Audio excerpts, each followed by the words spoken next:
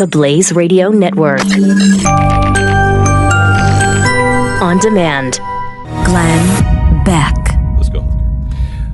1979, before the Islamic Revolution in Iran. Exchange rate was 70 Iranian rials to $1 US. Today, that number has grown to 119,000 to $1 US.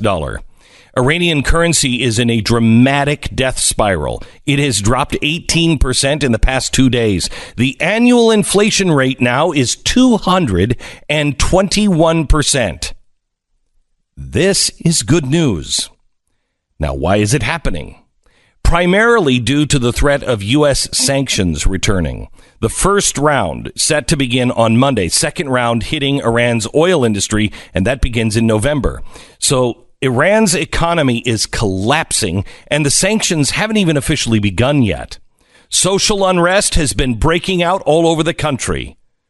Iran actually knows how to live in peace. Iran actually knows how to be free and democratic because they have a long history of it.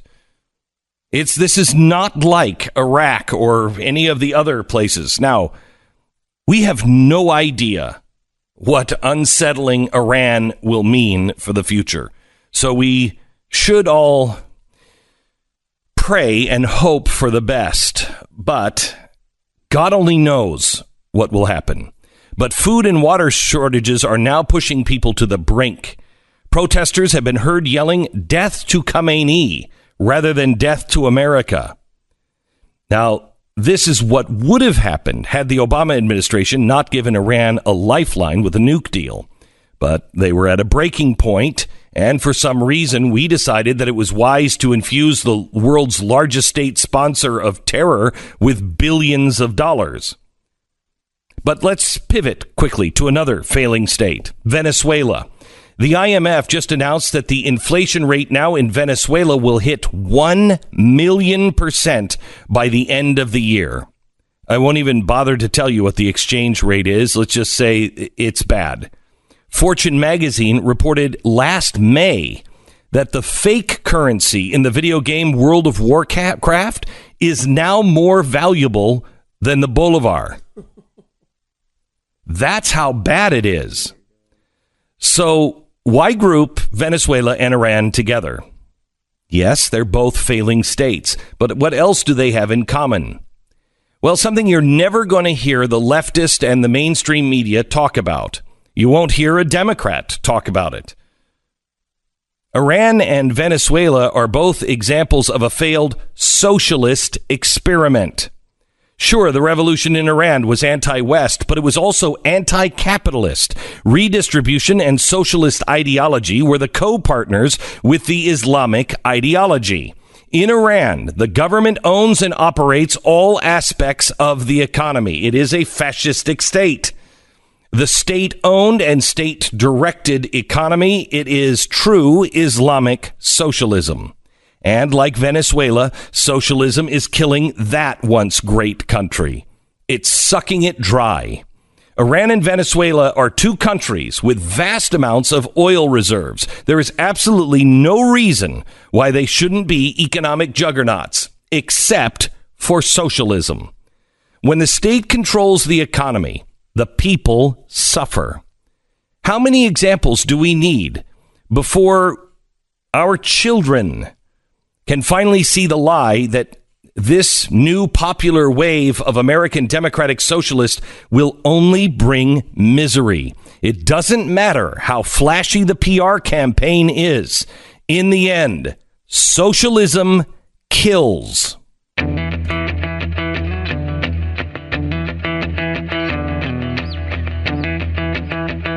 It's Wednesday, August 1st. You're listening to the Glenn Beck Program. Hello, Stu. Mr. Beck, how are you? Good. How are you? Pretty good. I don't really understand why you started the show that way, though. Well, with lies. True. With the lies. Socialism's really bad, huh? Yeah. People coming together to help each other. That's terrible. Right. What a terrible idea. Right.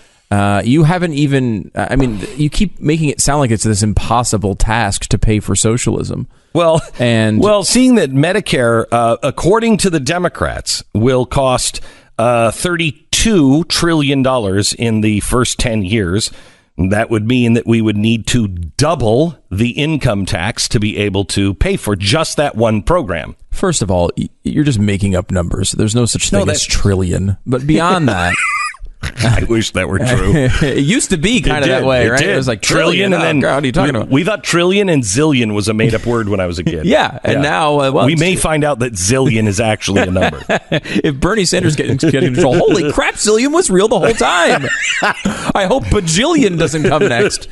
But the Manhattan Institute put together a rundown, a menu of options for you to pay for. All right. Now, who is the Manhattan Institute? Yeah, like a conservative-leaning think tank. Okay. But the idea here was to give you some options. Either government or left-wing estimates, a menu of options to put together the 10% of GDP you would need to actually pay for Medicare for all. Now, again, we should point out that socialism is not just Medicare for all. This is just one little program in the giant swath of programs. Because you also have to have, education for all, universal college education, and universal housing is also on the list now, as is guaranteed jobs for all.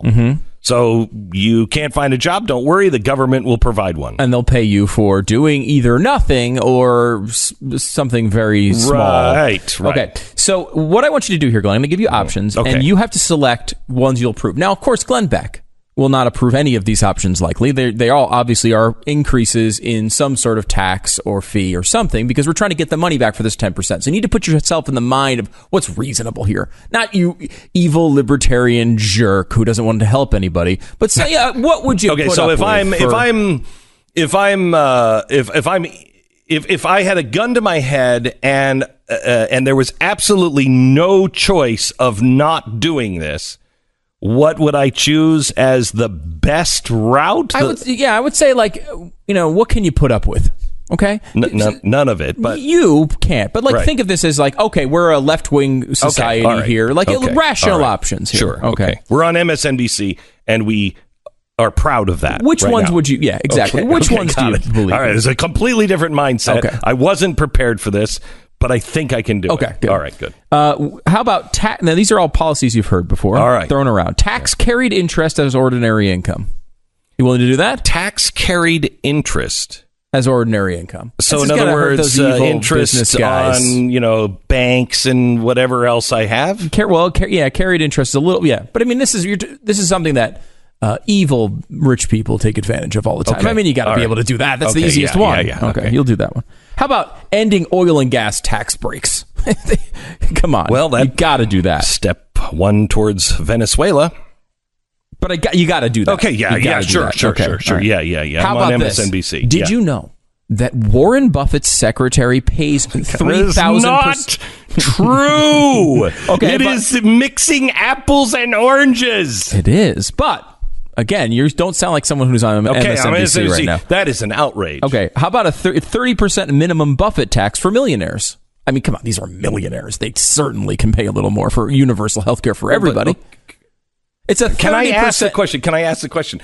But they don't get paid that way. So a 30% income tax when you don't get an income is zero. Well, no, it would be your 30, there's taxes that you're right. You get the money from different investments and things like that. We would make sure that's a capital gains tax. The money that comes in, you pay minimum 30%. So what happens to the capital gains tax? You're going to pay 30% on that. Just come on, that's an easy one. That's crazy. Okay, sure. Come on. Sure. Okay, why not? How about a bank Rachel tax? Rachel Maddow on in just a few minutes. I love that. How about a bank tax on large financial institutions? These are big banks. They don't need this money. It's a bank tax. You can go along with that one, I think. We'll get you there. Okay. How about this? Now, this is a minor thing. You probably wouldn't even notice that. I don't even know why I'm bothering asking. But a carbon tax of $25 per metric ton. That's craziness. Also, you don't rebate any household that is hit with it. So just make sure there's no rebates. This is a punitive tax that goes on everybody. $25 per metric ton. No big deal. You're fine with that, right? How much would that mean for the average person? And carbon tax, what have you replaced it with? What are you replacing the energy with? I'm fine getting off of, carbon emissions as the minute we have something to replace it with.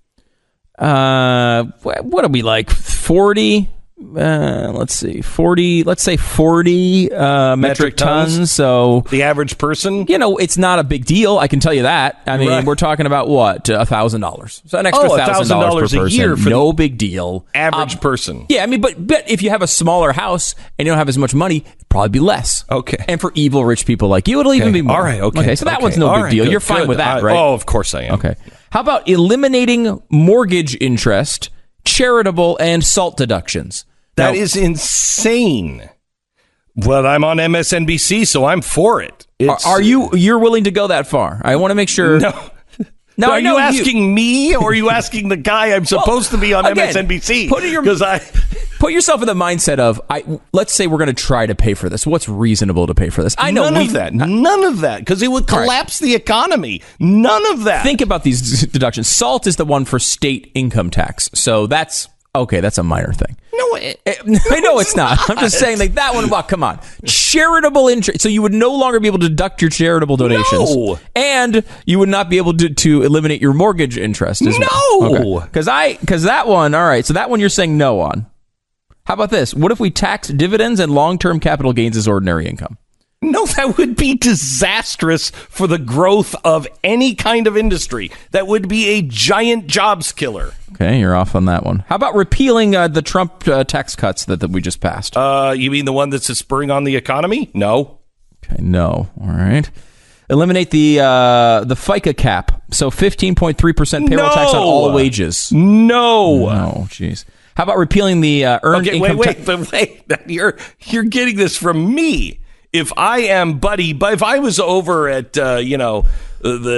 what's the couple in the Joe and Mika, if I was over having, some sort of Chardonnay at their house last night, I'm probably for all those things. But there's some level where it gets completely insane, right? Like where it's like we can all say, okay, well, I want to, it's the minimum wage is $7.25, right? We should raise it to $12 or $15. And the Republican says, well, why not raise it to $1,000? Right. There's some point where a normal person who thinks universal health care is a good idea, right, is going to stop with these proposals. Okay, so let me go back to where I just started saying no and look at it as an average, uninformed dolt that doesn't pay any attention to anything, that is just convinced that the rich are evil and they have no idea how business works. Okay, eliminate mortgage interest, charitable, and SALT deductions.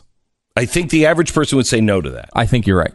Tax dividends and long-term capital gains as ordinary income. They are going to say yes to that because they don't realize that's their 401k. Repeal the entire 2017 tax law.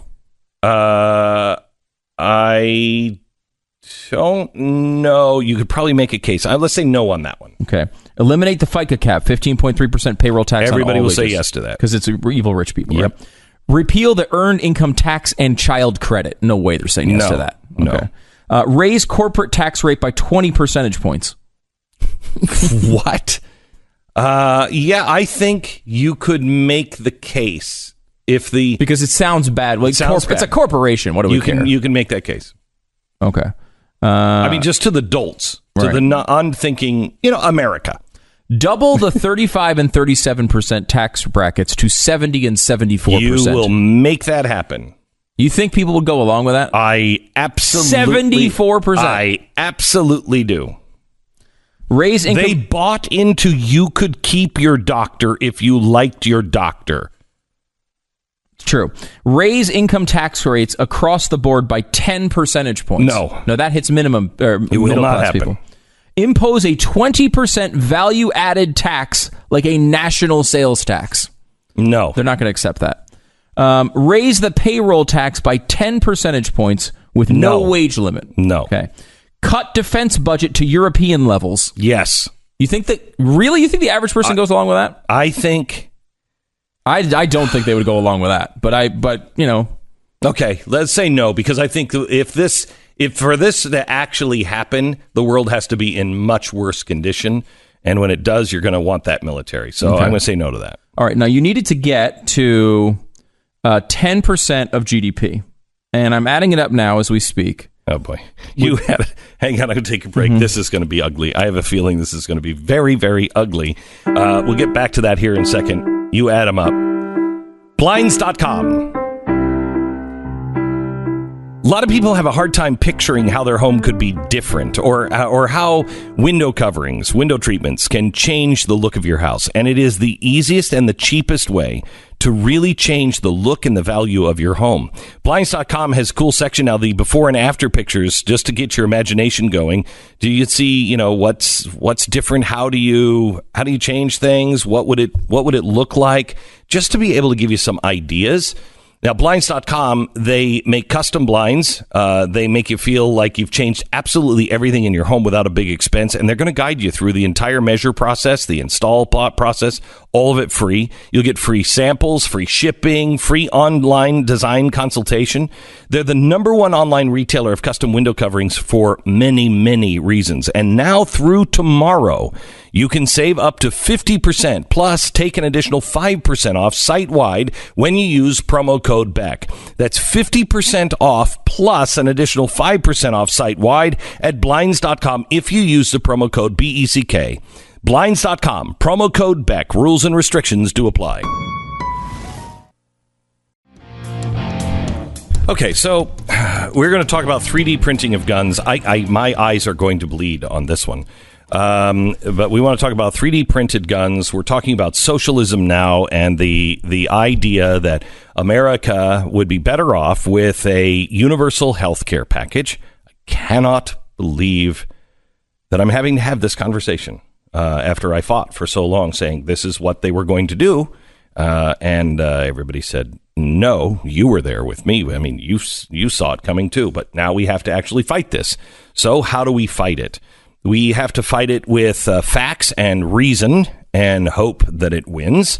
But that doesn't usually work out. Let's try the numbers. So Stu just gave me a list. Now, who'd you get this list from? The Manhattan Institute put it together. However, all of the sources are either government source specifically or a liberal source. Okay. So we didn't want to take any conservative estimates that would say it wouldn't raise that much money because we're trying to get to 10% of GDP.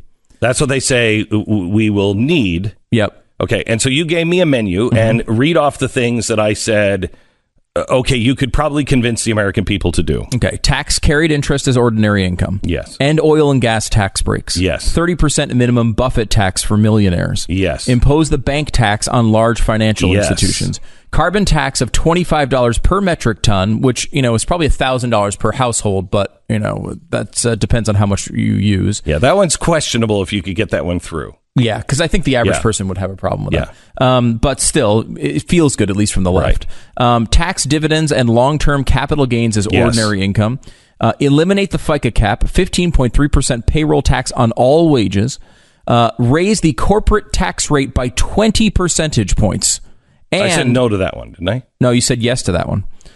You don't want to take that one out? All taxes? Everybody? Corporate tax rate. Oh, corporate tax rate. Yep. Yes. And double the 35 and 37% tax rates for the rich people to 70 and 74%. Okay. You passed all of those things. Yeah. Okay. You needed to get to... I don't, just tuning in. I don't agree with any of those. I'm just saying, I think you could, in a worst case scenario, con enough people into it and say, yes, but it's going to be good for the collective. What's the least offensive way to get there? We're trying to get to this wonderful socialist utopia. That's all we need. All we need is 10% of GDP. Now, we all know, of course, it would be more than that. But we're not even going to discuss that. We're just going to take the 10% GDP number as given. All the things I just described put together gets you to 4.36% of GDP. Oh my gosh. So you're not even halfway there to pay for that. Now again, we're at 74% tax rates. We're up 20 percentage points in corporate rate. We've eliminated all the caps on these taxes. We're by far the most heavily taxed country in the world. Now that's interesting too, and there's crossover here as well because we did not eliminate the entire tax law. If you want to do that, you were borderline on that one. That would get you to 5.03. I don't think you'd do that. And if you cut defense spending to European levels, you get to 6.03. But you're still only. What do you have to cut to get to 10%? And you got to pass probably either the national sales tax and repeal the child credit and earned income tax credit might get you there. Wow. It's almost impossible. This is the Glenn Beck Program. Welcome to the program. I'm really glad that you are here today. Boy, do we have a lot to say on the 3D printing of guns. I watched CNN yesterday for about 10 minutes. Man, I can't even say that. It was probably about 35 minutes. And mainly because I couldn't find the remote. And so I couldn't change the damn channel. But I'm sitting there and I'm having lunch yesterday and I'm watching it. And this is an honest question. Does CNN report news anymore? Because if you watch them, I mean, it was one story after another, and all it was speculation and then opinion about the speculation. We think this is what's going on. We think this is who's doing what. And then opinions about that and what it might mean if it's true. Yeah, I mean, there are particularly certain shows that really go over the line on that network. There's some that are okay, but there's a lot of them that are really it's just constant. Like, I've used this example yesterday, but it's like they had a speech of Trump and he's just doing a normal campaign speech and they're just covering it. Mm-hmm. And the bottom of the screen, the little lower third banner there, says Trump talks amid Russian allegations, and then they listed like 3 or 4 of the potential scandals that have been swirling around the news. It's like, what do you mean amid? He wasn't talking about any of those topics. He was speaking at the same time we're worried about them. Is that the point you're making? I mean, you also could have said Donald Trump speaks amid a great economy with a very low unemployment rate and a new Supreme Court justice about to be nominated, or you could have done any of those things. Instead, you pick, hey, let's pick the 3 or 4 worst things we can think of and just put he's speaking at the same time these things are being considered. I mean, that's the sort of bias that's very implicit there.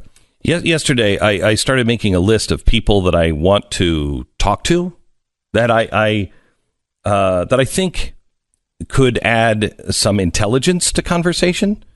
And I don't care who they are. I want to talk to people who are honestly seeking truth. I don't care. No politicians are involved. I don't care where you're at, as long as you agree with the Bill of Rights that we should not be shut down for our opinion, that nobody should be silenced. You know what I mean? And you're honestly seeking truth, and you can have an honest conversation where honest questions are asked that might change your mind. Talk to somebody and ask them questions about their point of view and their perspective that might change your mind, or they might change their mind because of something you're saying to them. That's the kind of conversation I want to have. So I started making a list. I ran out of people at 10. 10! I mean, what do you do?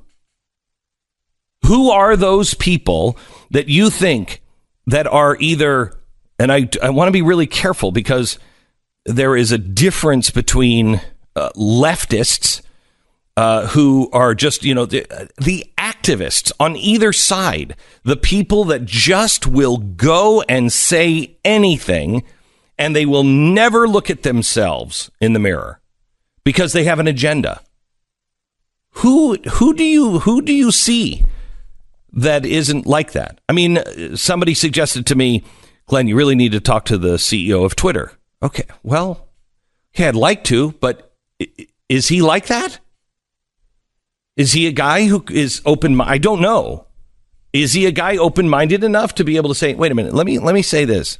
Let me show you how people view what you're doing. And him go,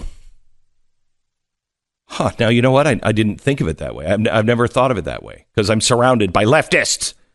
I don't think that moment would happen. I don't think so. But I mean, would somebody...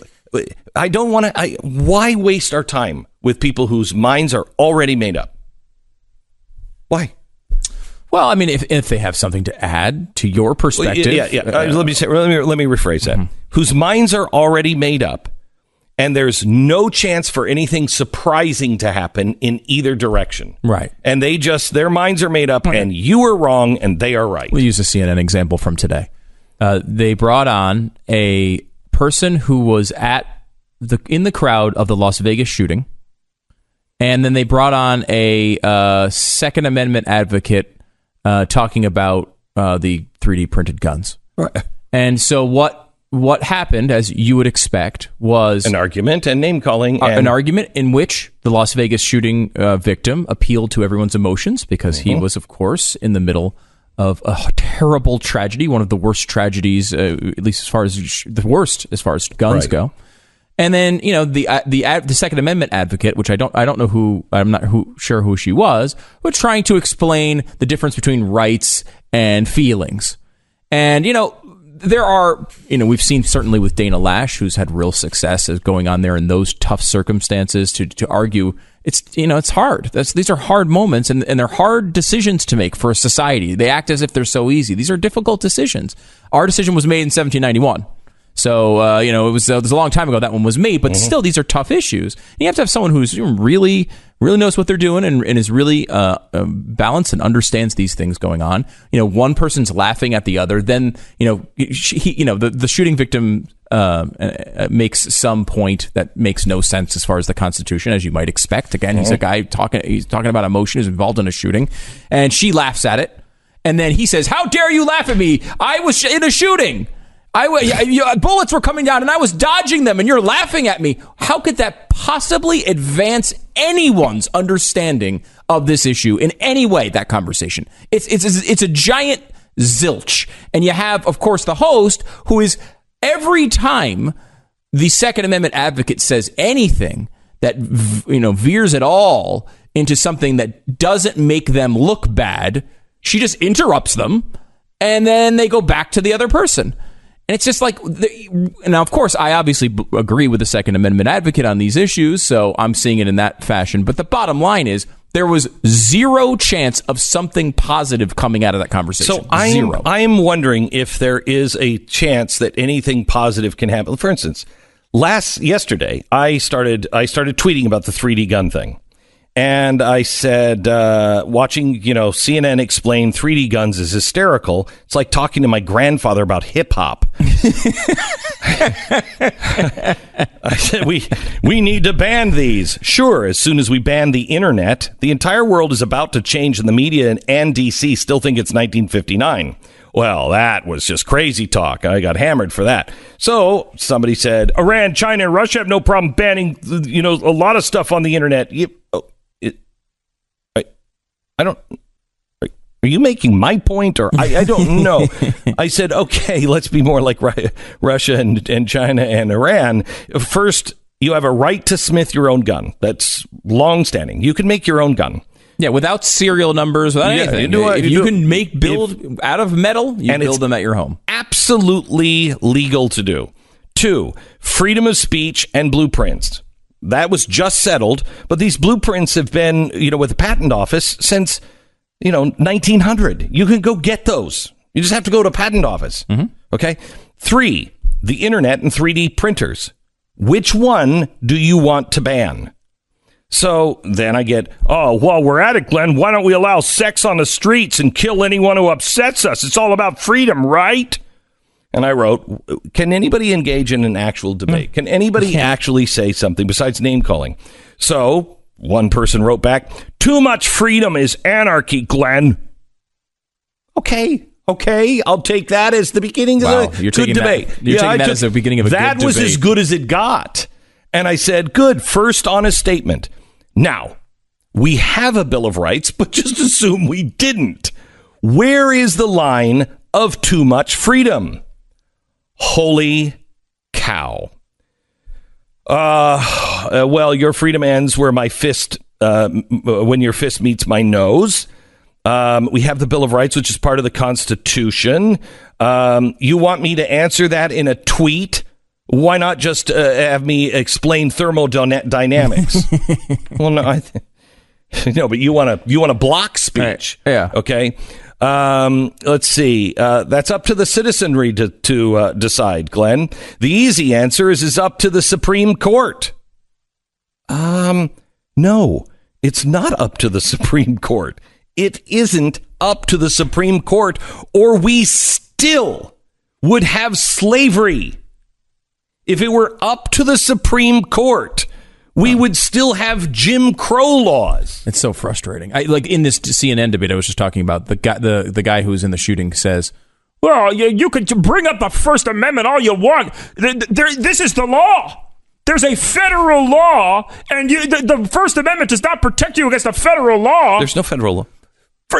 First of all, if there's anything the Constitution does, it protects you against the government making federal laws that violate the Constitution. It's the whole purpose of the Constitution. It's exactly what it does. It is the most fundamental thing it does. It is like the only reason the document exists is to make sure the federal government does not pass laws that violate it. Let me go a step further. It is the point in the Declaration of Independence. Governments are established among men to protect these rights. Yes. I mean, that's the only reason why we have a government. Okay, what's the purpose of that, right? I mean, again, like what the purpose is, I guess, is to make me and you react like we just did. So we have some emotional, angry reaction about nonsensical points that don't do anything. And I don't know we've done this 100 times. Okay, so here's what we have to do. I just want to play just the response. And I'm going to get into this later. And we're also trying to get a hold of Cody Wilson, but he's like, if I answer the phone, man, it'll be that I'm awake, and so I'll talk. If not, I'm like, can you put it on your calendar? He's the guy who does the 3D printing gun company, by the way. We've had him on before a few times. And we've had him on before and we didn't know how to feel about him. Didn't really kind of like him the first time, but that was like 5 or 6 years ago. He's 25 years old and changing the world. Now he's been beaten up a little bit, and he's over 30, and he's much cooler. It's much cooler. But anyway, he's the guy who is the 3D. It's all started because of him. So we're going to hopefully talk to him later on in the program, and I have some things to share with you. But let's just let Mike Lee summarize this. Yesterday, they were trying to pass Senate Bill 533, and if this is not up to the president, if you want to ban 3D gun printing, and that's not what they're even talking about. They're saying that they want to make it illegal to publish the blueprints of guns, which are available at the patent office. But if you publish them, if you put them online, that will be illegal. Okay? So that's Senate Bill 533. Here is, as they're trying to pass it, Mike Lee stands up. He's like, I've had this for about 10 minutes, so can I just chime in here just quickly? Before we do something? Great moment. Thank God Mike Lee is there. Thank God. Listen to this. Mr. President, reserving the right to object, I first saw this legislation literally moments ago, and therefore haven't had adequate time to review it. But I will say this. Any legislation that comes forth from this body that begins with the following words will attract my attention and should attract the attention of anyone who's concerned about our First Amendment and other constitutional rights. It begins with the words, "It shall be unlawful for any person to intentionally publish." That ought to be concerning to us, to each and every one of us, Democrats and Republicans alike. On that basis, I object. Wow. Americans have got to know there is a much bigger debate than what does the NRA say? Who's Donald Trump's in the pocket? They are trying to pass a law. I don't care what it says after.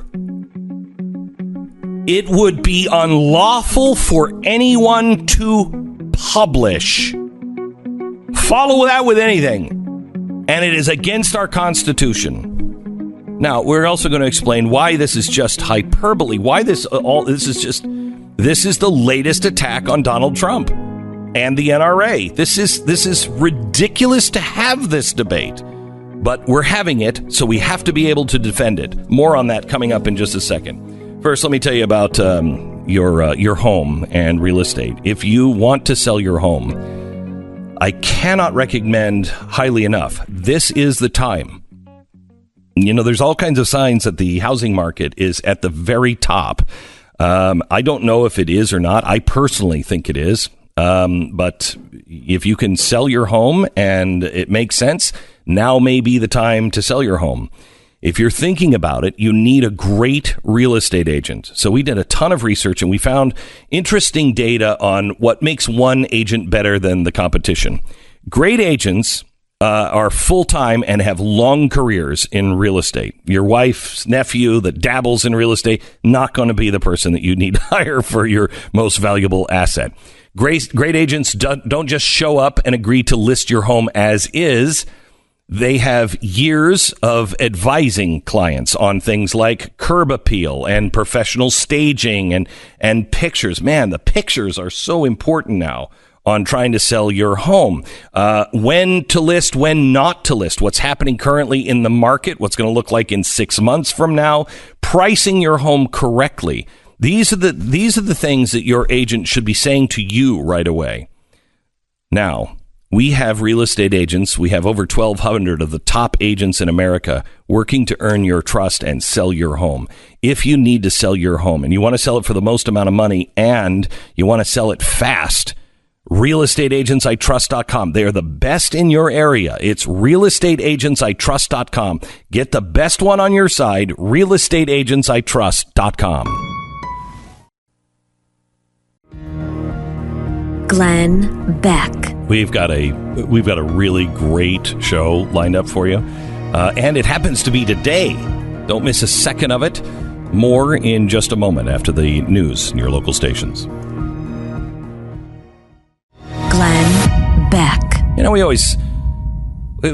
all hear all the bad news all the time. We hear the bad news. Let me tell you a story about a tangle of red hair and frustration. A woman named April Malloy. She had found herself scraping through life. She was living in the back seat of her car. She was a single mother of 9, living in the back seat of her car. She was on welfare, but she never gave up. Now, when she was a foster child herself, she learned the tricks of construction because she needed to figure it out. So she began answering ads for construction work, and she put, bids in for construction jobs literally from the back seat of her car. She knew she had to be strong for her children. She knew she had to go out and earn money. They needed her. And that she didn't want her kids to see their mother fallen, broken, and desperate. Now, the beauty in life is when you put into it, all you usually need is just one break.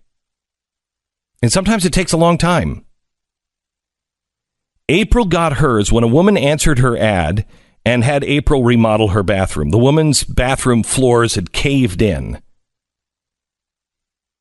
And so April comes in, she bids on it, and she gets the bid. Now, it's easy to imagine that April saw herself in all of that brokenness, the walking into a home like that, seeing that everything had collapsed.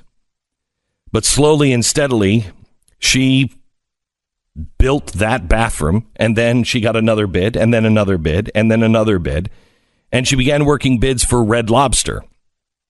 She saved her money. She worked. She put in her time. She got the license that she needed. One by one, she did it. Today, April is the CEO of Construction First Class. It's based in New York City. That doesn't happen every day. And she's formed her own nonprofit called Women Empower Us to inspire and embolden women who find themselves in the same hopeless situation she found herself. Somebody who went from living in the back seat of their car, grew up in foster care, had screwed their life up one way or another, and now is a CEO of their own successful company. Those are the stories that we need to start hearing again, because those stories exist. And those stories do not exist in most other countries. Because someone's always telling you that you can't.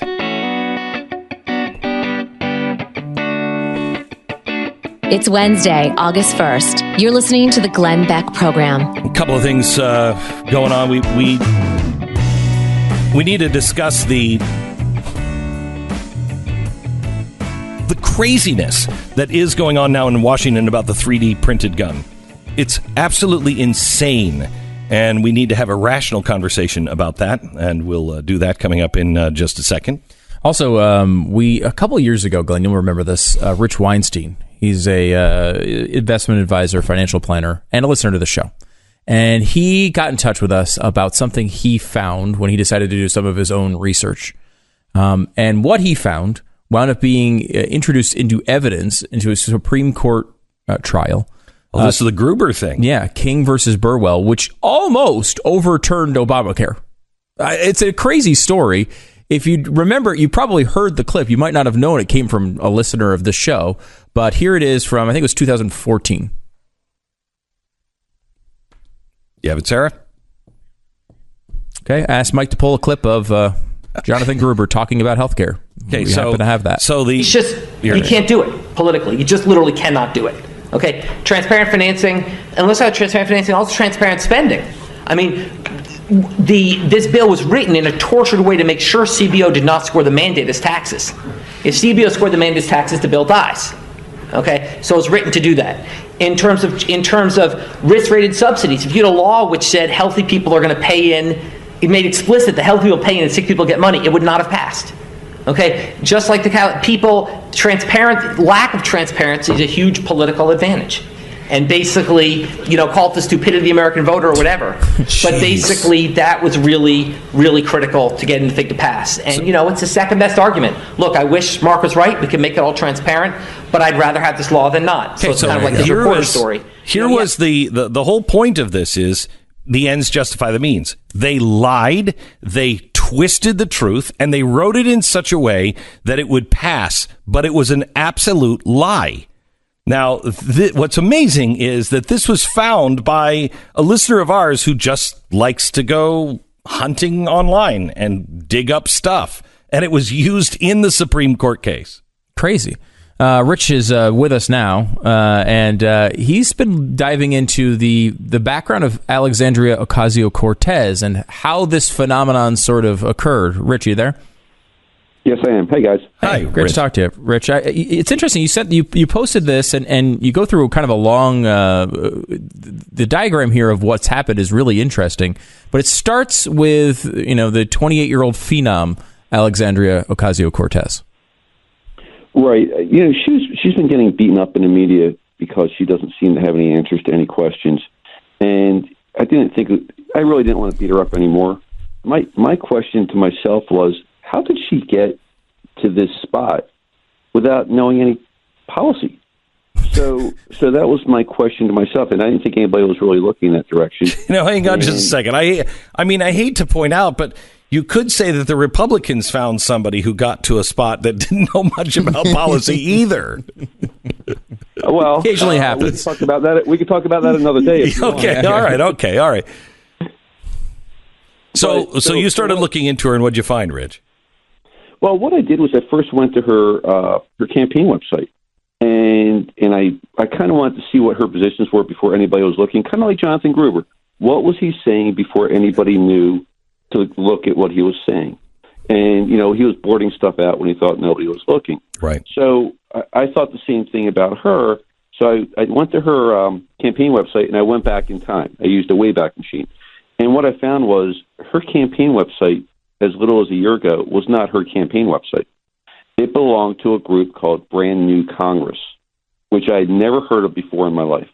Okay. And what I did was I just kept following the bouncing ball. So I put Brand New Congress in Google, and I come up with this video of Rachel Maddow talking to the executive director of Brand New Congress. His name was, this is going to be a tough one, Sakat I can't say his name. I'm sorry. Okay, that's Chakrabarti. Let's go with that. That's it. Yeah. Thank you very much. Mm-hmm. American citizen, or do you know anything about him? No. To tell you the truth, I put about a year on and off into Gruber. I put almost 5 hours into this. Okay. I found all this in less than 5 hours. All right. So I'm in the middle of a deep dive, but let me tell you at least where I got to, which is kind of interesting. So I watched Matt Al interview this executive director from Brand New Congress, and she does a great job of explaining what this Brand New Congress organization is. They're trying to flood the playing field with progressives. They're trying to flood the playing field with Bernie Sanders carbon copies. So what they're looking for are people that are advocates for Bernie Sanders policy statements, policy positions. That's the qualification. So he goes on. So they talk. It's an interesting video. And so, of course, I Google his name, and he, by coincidence, became an executive director of an organization called Justice Democrats. What the heck is that? Well, I didn't know. So I start looking into Justice Democrats. And lo and behold, Justice Democrats was founded by a gentleman named Cenk Uygur. Oh, the guy from... that guy, what's the name of that thing? Young Turks. Young Turks. Mm-hmm. This guy's crazy. Right. That's exactly right. So that's where it gets a little weird, because Cenk Uygur is completely tied up in all of this. But as I'm looking into him a little bit more, I find out that he got kicked out of his own organization, Justice Democrats, because, well, somebody did a deep dive on him and found out in kind of the Joy Reid fashion that he is a complete sexist. And he posted some really terrible stuff online. So he got forced out of Justice Democrats. Okay. But if you keep following the bouncing ball, he is obviously, you said, part of the Young Turks. Now, this is where it gets really interesting, because the Young Turks are part of something called the Media Consortium, which is Soros funded. So the whole thing goes right to George Soros. And I'm not really like a big Soros conspiracy guy. You know, I don't have. I've seen your whiteboard from years ago. Yeah. I don't have that, but it led right there. So the other thing that's really interesting is that Cenk Uygur is extraordinarily wealthy. He took venture capital money. He's worth like $20 million now. Yeah. So if you think about all the Bernie Sanders policy, the redistribution of wealth and all that, it always seems that the guys at the top are extraordinarily wealthy. I don't know how that happens. Yeah. I don't know how that happens, but this is a great case where Alexandria Ocasio-Cortez is basically a Bernie Sanders carbon copy. And this is going to be a little derogatory, but the reason why I say carbon copy is not everybody even remembers what a carbon copy is. But if you push down real hard, the first page you print on is pretty clear, and then every page underneath gets a little dimmer. Mm-hmm. All right. You see where I'm going there? Yes. Yes. So you can see why she doesn't understand the policy. Well, I don't understand this, honestly, Richard, because she is, I think she's Ivy League educated. She has a master's in BU. I thought you went to BU. Didn't you go to? Okay, I think BU. But it's a really good still a good college. Yep. She has, I think, a master's in foreign policy or foreign relations, and also one in economics, I think. Yeah. And she doesn't seem to have an answer on anything foreign policy or economics. Well, actually, some of her foreign policy statements are really incredible. And if I actually did a Google search on her foreign policy comments, I think she's been really anti-Israel. So all I did was did a Google search, took a picture of it, and put it online. And what's interesting is if you I haven't completed my deep dive, but getting back to Brand New Congress, they have a bunch of board members. And the first guy who's a board member who's listed, his name is Patrick Taylor. Patrick without a K, Taylor. And this guy is really anti-Israel. And some of the stuff he likes to tweet. Like Cenk likes to, be sexist online and post. This guy is really, really anti-Israel, and he wants to go ahead and let me see if I can find what he posted online. It'll just take me a second. But some of the stuff he posted is really anti-Israel, and it seems like that's a running theme in this group also. I don't know why. Okay, it's Marxism. Marxism is always always hand in hand with anti-Semitism, always, without exception. Right. So here's what he posted. Patrick Taylor.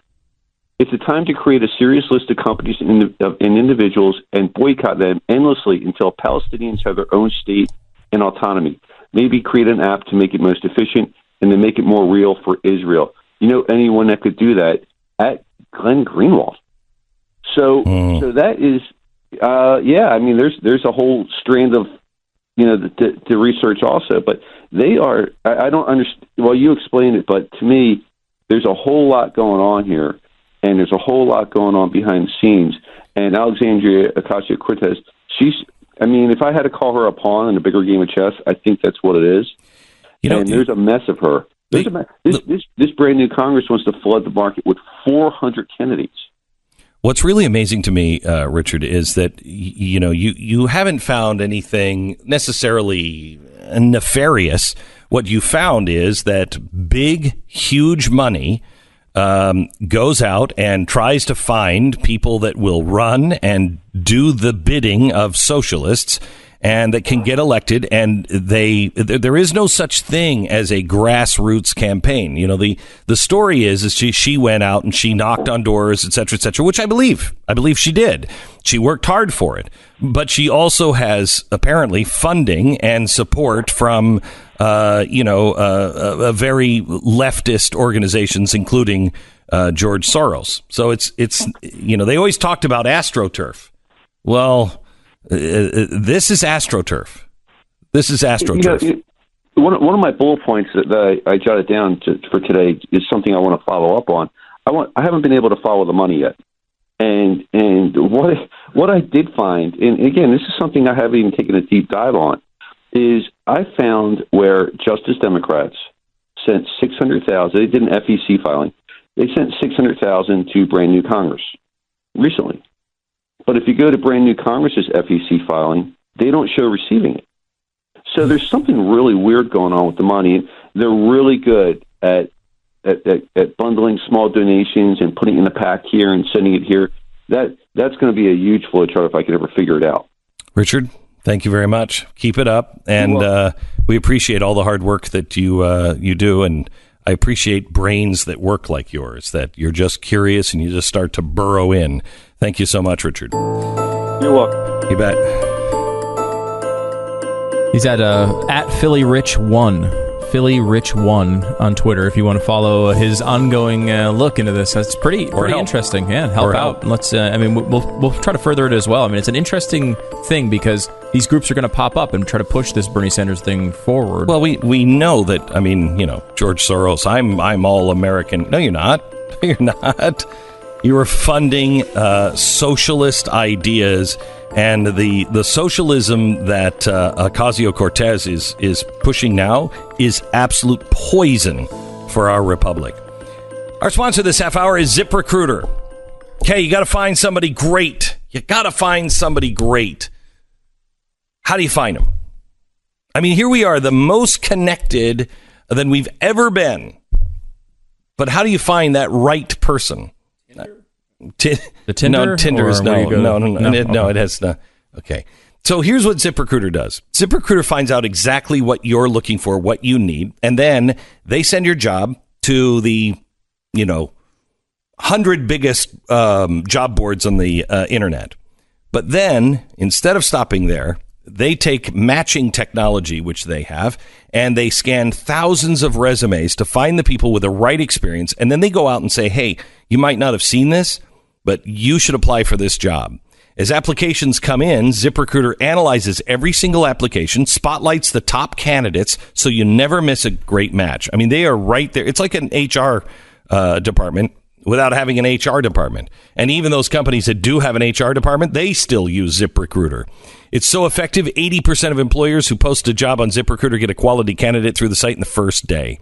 ZipRecruiter. Right now, you can try it for free at ZipRecruiter.com/Beck. That's ZipRecruiter.com/Beck. Hire the right person fast. ZipRecruiter.com/Beck. So that's an interesting thing that he brought up. There's nothing nefarious about what's happening And it's not shocking.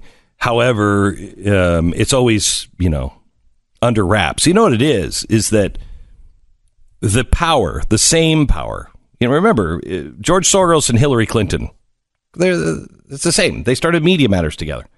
So now Soros is saying, let's go find all these socialists and let's go fund them. It's the same people. Yeah, and it's interesting how the resources are being applied, I think, to follow that. It feels to me very similar to the Tea Party, obviously. How do you mean? Totally different ideologically, right? Mm-hmm. But like if you think of the Tea Party, was like you had Republicans who kind of let us down for many, many years, and the Tea Party comes out and says, no, we want someone really conservative. We want someone who's not going to care. We want someone who's going to go all the way with their values.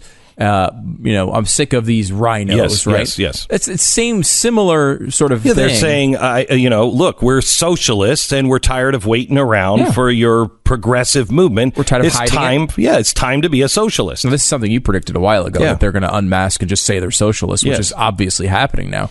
But it's interesting to see the money now flow from people like Soros, Soros wants this to happen no matter how it happens, right? He wants progressivism to keep going no matter how it keeps going.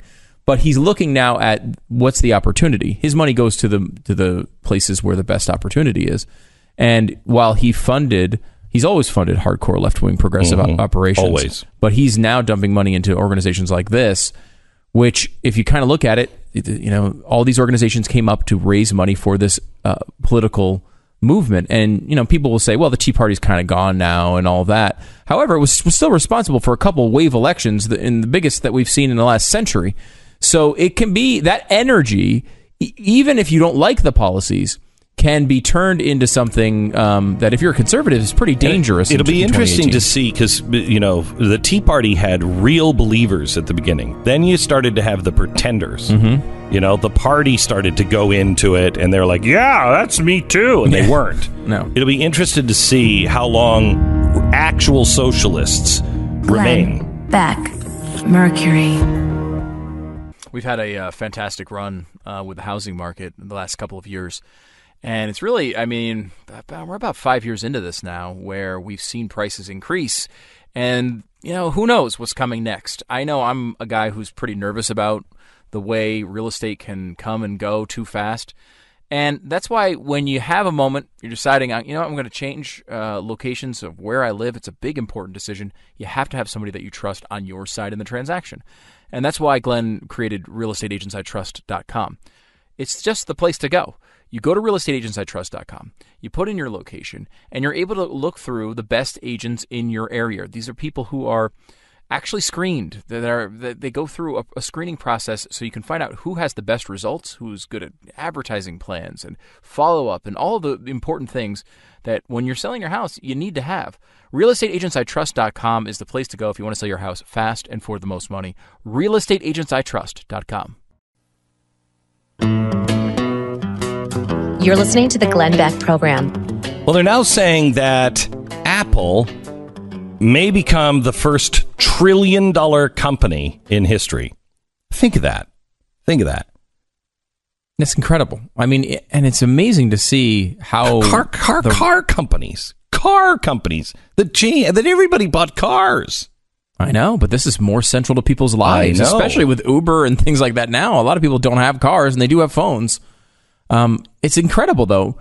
You think of the last 5 years, Amazon and Apple both had really, really good runs, right? They've all become part of our lives, maybe more than we want them to be.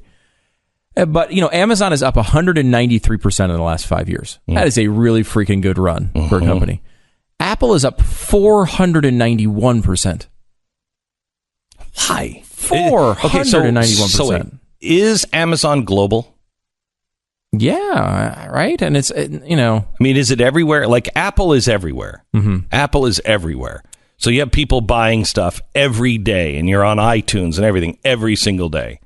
Do they have the market? Does Amazon have the market penetration? It's still a gigantic company, right? No, I know that. It's still $874 billion market cap. Where I'm just still trying to figure out why Apple, if you had $1,000 to put down on a company and you're like, well, this one's going to last. This one's going to be around and will affect everybody's life, I would put it on Amazon. I think so too. They're so wide ranging. And not to everything. mention, a lot of their money comes from things you don't even think about with Amazon, which is like their cloud services. Yeah. This is really where they make lots of, even, a good chunk of their money. By the way, there's another story that came out today. Jeff Bezos' parents. Did you see this? No. This is amazing. Jeff Bezos, 1995, goes to his parents, is like, I really want to start this thing. Will you invest any money? They decide to put in $245,573. Oh, that's a lot. At the time, he warns them and says, look, I want to come to Thanksgiving. So you got to know that this is probably not going to work, but like this is a big risk. They take the risk anyway. We don't know how much they've sold and stuff throughout, but if they had held on to it today, it would be worth $30 billion. A $245,000 investment would be worth $30 billion today. So, I mean, they may be billionaires we never even knew existed. Wow. I mean, who knows? But it's pretty amazing. We should tax them more. Harry in Georgia. What? No, that's a great story. I know, but we got to jump on this socialist bandwagon. Yeah. Hello, Harry. How are you? Hey, yeah, I also invested $245,000 with Jeff on the first day. So, why are you calling us? You should be on your own island. Listen, I go back with you guys to before day one. I go back to a Buccaneer. Okay, your tryout. Wow. Okay. So this is Harry. Yeah.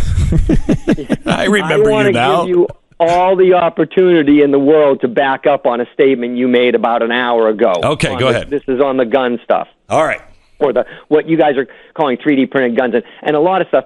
Cody, and I know you guys don't really know this because you're not really, hardware guys or whatever, but it takes everything I have not to buy a new piece of equipment because I just love machinery. Yeah. And so I mess around with this stuff a lot. So number one, what Cody is selling with Defense Distributed is not 3D printers. He's selling a CNC milling machine. That's so a lot of people, and I know there's also the 3D printing aspect, additive. Yes. But the CNC milling is you're taking away parts of metal, which you can do with a drill press and a hand-worked milling machine, and have been able to do that for 100 years. Sure. But on top of that, part of your argument, I think you were just on the way out of a segment, and this might have just been a throwaway line, but you said, this stuff is already available at the patent office. Glenn, that's the point of the patent office. Oh, no, hang on. Wait. Harry. Okay. Harry. Yes, you and I are on exactly the same page, so I'm glad you called. It is available at the patent office. The patent is what made America and capitalism work. It was, I think, the key to capitalism. And but if you were making that as an argument to allow it to be distributed. No, hold on just a second. So I agree with patents and being able to have the right to patents.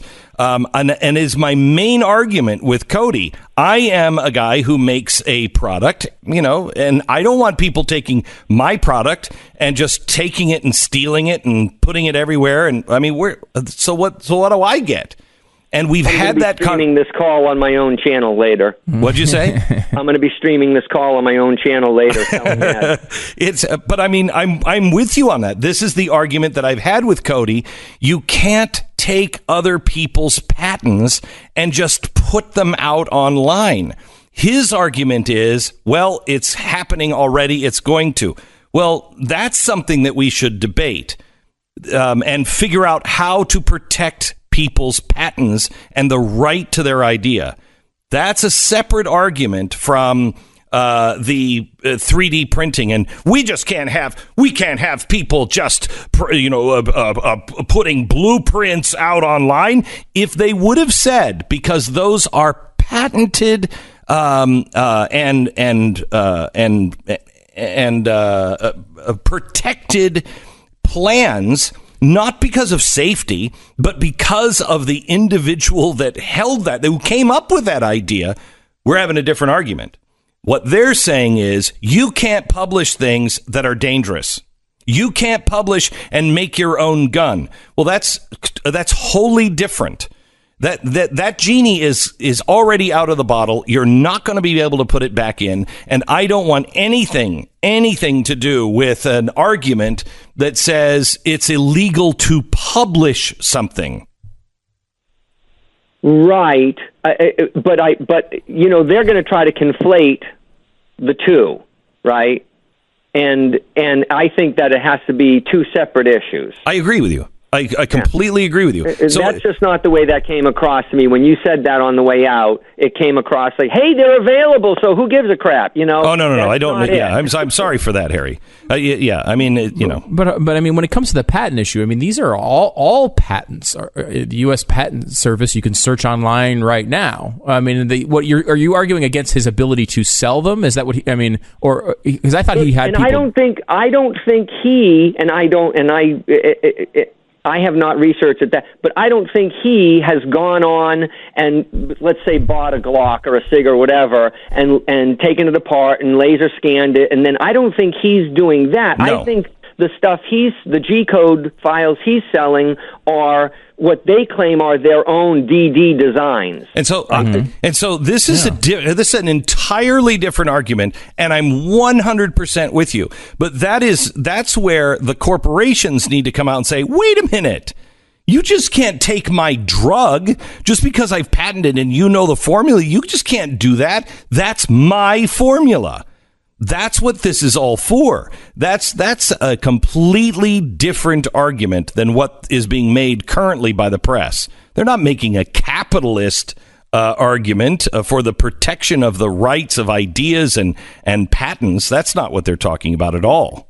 A lot of this, and I'll just use Chuck Schumer as the coverall for all these idiotic statements about, guns are going to be everywhere, and they won't be detectable, and they won't be traceable, and you'll be able to get a gun onto a plane, and this, that, and the other thing. Again, the CNC milling, that's 100% metal gun made exactly the way that SIG or whoever's making it. And these other, that sort of balloony looking giant, I think you had one on the show, and did you guys, I can't remember if you shot it or not, but... No, you mean the one made out of plastic? Yeah, the plastic. No, I'm not going to shoot that one. That's a whole separate argument. What's funny, Buck last night had a guy call in, and he says, I think he started out, his intro was like, oh, I'm an orphan from Chicago or Detroit or someplace. And he says, I grew up in a real rough neighborhood. He says, I could make a zip gun in 10 minutes with $12 in parts, and I can make them all day long, and they'll fire, for years. And so the argument of the illicit gun being out there is just stupid. And I used to own a gun. It was lost in a fishing accident a long time ago. Yeah, right. And it's too bad when they drop in the lake like that. And I hear that happens a lot. Yeah, it's happened to me a lot. My entire collection was dropped into a lake accidentally. Why did you bring them all fishing? I don't understand. Because I misunderstood the idea of fishing. I'm like, I'm going to get those damn fish. Oh, because we were going for flying fish, and I thought it was like, duck hunting. Every time Glenn yelled pull, a flying fish would shoot out of the water. Exactly right, and they fell in the bottom of a very deep lake and have never been found. Anyway.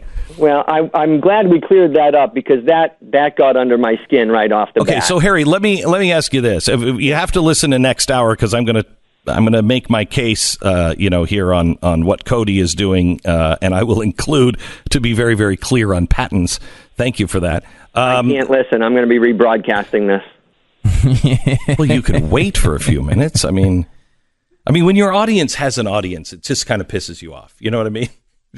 No, you should say, hey, you know what you should do is you should rebroadcast this broadcast live on your broadcast, which would be, sure, I have copyrights, but what the hell? Can I get you to run a promo? So, Harry, one more thing. What is the, I do want you to hold after this because I do want to find out about your podcasts and everything else. But tell me what your stance is on the plastic guns. Well, listen, my wife's father used to work for the FBI, and we got an internal tour about 20 years ago, and he took us all around up to he was in forensics, and he took us up to the guy that does all the the gun testing and all that stuff. Yeah. And he's talking about this, that, and the other thing with the, figuring out the guns and unscrewing when they get rid of the serial numbers and stuff like that. And I said, wait, there's no.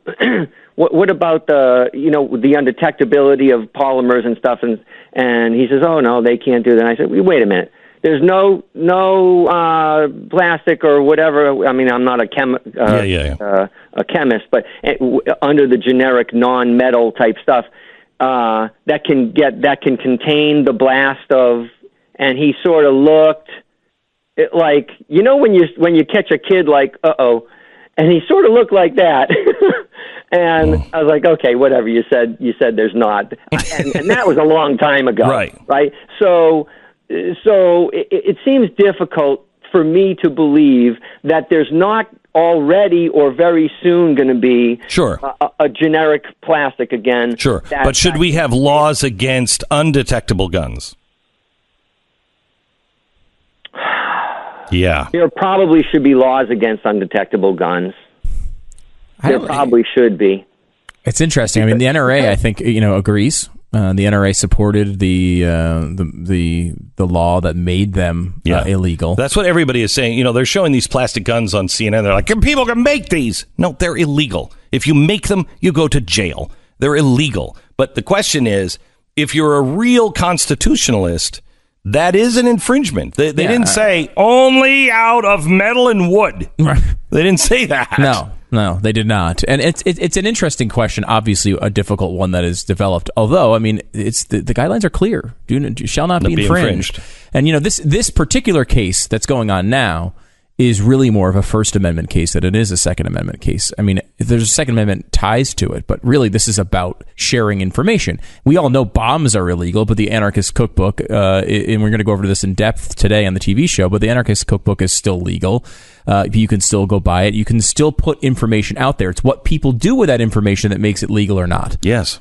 And, that is, now there are some obviously exceptions with private information, and there's certain things out there that you can and can't do. I just don't want to be a part of a country that says you cannot publish these ideas, or you cannot publish, if you want to say you cannot publish them because they are copywritten ideas. Right. Someone else owns them. Somebody else owns them. That's a different argument. But to say, well, this is dangerous, we cannot allow you to publish, that is a really bright red line that you never allow the government to cross.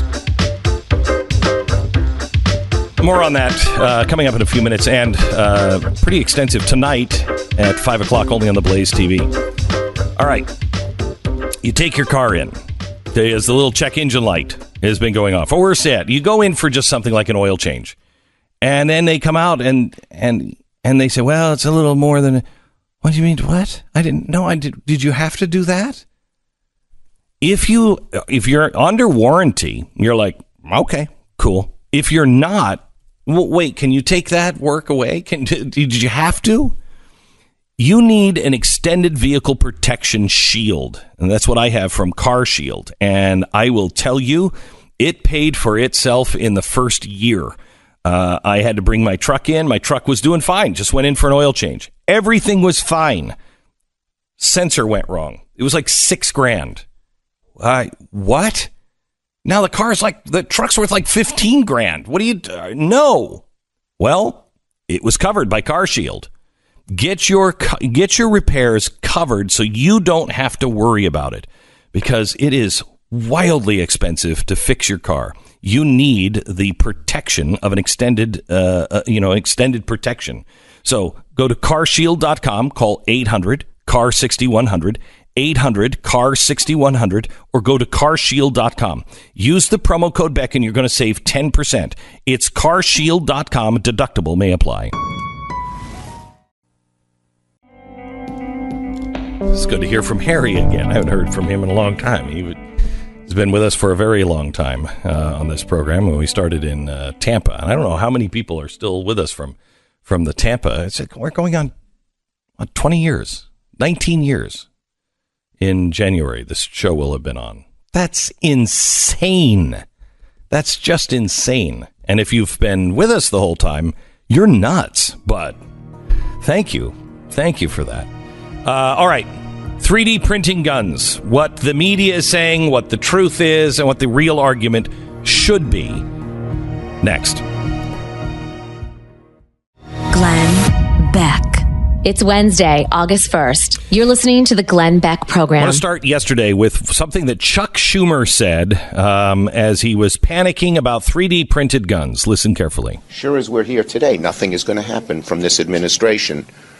We're going to have to pass legislation because they are just enslaved by the NRA. Okay, stop. So what did he just say? He wants the president to do something about 3D printed guns. That he's got to stop the publishing of the blueprints on 3D printed guns. And if he doesn't act, then Congress is just going to have to. Well, excuse me, Senator, but if you know our Constitution, all laws are supposed to come from you. And then the president approves or vetoes on. He doesn't enact laws. You do. So what do? They decided to enact a law. Here is what Mike Lee had to say within minutes of reading this bill from the Senate. Mr. President, reserving the right to object, I first saw this legislation literally moments ago, and therefore haven't had adequate time to review it. But I will say this. Any legislation that comes forth from this body that begins with the following words will attract my attention and should attract the attention of anyone who's concerned about our First Amendment and other constitutional rights. It begins with the words, "It shall be unlawful for any person to intentionally publish." That ought to be concerning to us, to each and every one of us, Democrats and Republicans alike. On that basis, I object. Thank God for Mike Lee. Anytime, any legislation it is unlawful for you to knowingly publish. I don't care what you follow that with. It is unconstitutional and un-American. That's not who we are. Now, the problem is you have to ask yourself this one question. Do you trust people? Do you trust people? Well, more and more we are being told that we shouldn't trust people, even though violent crime is down. Even school shootings is way down, dramatically down from the 1990s. We're told you can't trust anybody. And we're starting to believe that. So if you don't trust anybody, well, then you've got to have a policeman walk around and say, well, you can't do that. That's illegal. But where does freedom begin and end? Where does your right end? Freedom of speech. Where does it end? I say it doesn't. Generally, we rule that your right ends when you're starting to hurt other people or take away their rights. That's when your freedom ends. You hurt. Okay, well, these 3D printed guns, they kill. No, killers kill. The guns don't kill. The printing doesn't kill. The machine doesn't kill. The bullet doesn't kill. None of it kills. Killers kill. So that means the printing of the guns or milling of a gun is legal. Milling already is. This is just a new way of milling.